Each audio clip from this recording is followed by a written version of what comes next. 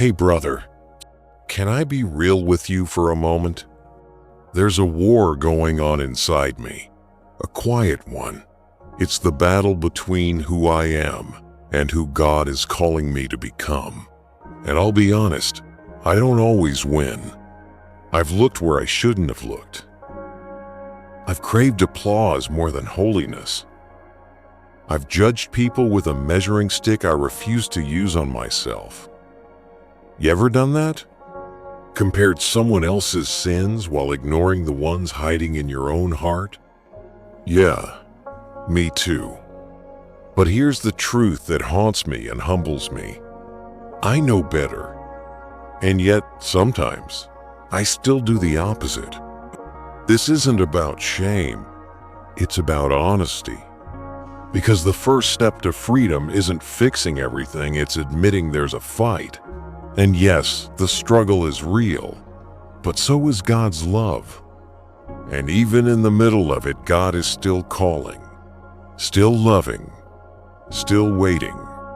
Sometimes I get angry, not holy, righteous anger, but the kind that breaks what love is supposed to build. I've said things I regret, hurt people I was called to heal. Worse yet, I've lied to others and to myself, until the lies started sounding like truth, and truth started making me uncomfortable. And you know what else? I've fed my soul with junk, not just food, but noise, distractions, screens. While my Bible collected dust, I was scrolling endlessly, numbing my spirit with things that never fill. I told myself I'd change. Tomorrow, I said. But you and I both know tomorrow never comes when obedience feels heavy. And prayer? I've skipped it too. Told God I was tired, busy, distracted. But the real issue? I wasn't too busy. I was too proud to admit how empty I'd become. But even in all that failure, I've learned something sacred. God doesn't walk away when we fall. He stays. Isaiah 54:10 says, "Though the mountains be shaken and the hills be removed, yet my unfailing love for you will not be shaken." And, friend, that's not poetry. That's a promise. You were never saved because you were flawless. You were saved because you were chosen, not for your perfection, but for His purpose.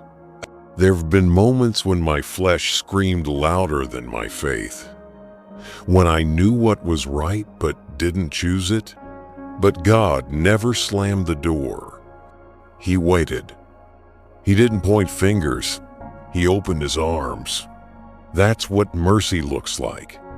It's not just forgiveness. It's a father saying, "Come home."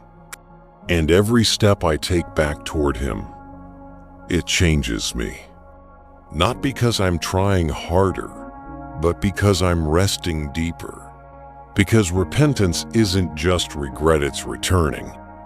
And here's the part that wrecks me every time. God knew I would fail, and He still called me. So friend, don't let your weakness disqualify you. Let it be the very place where God's power begins.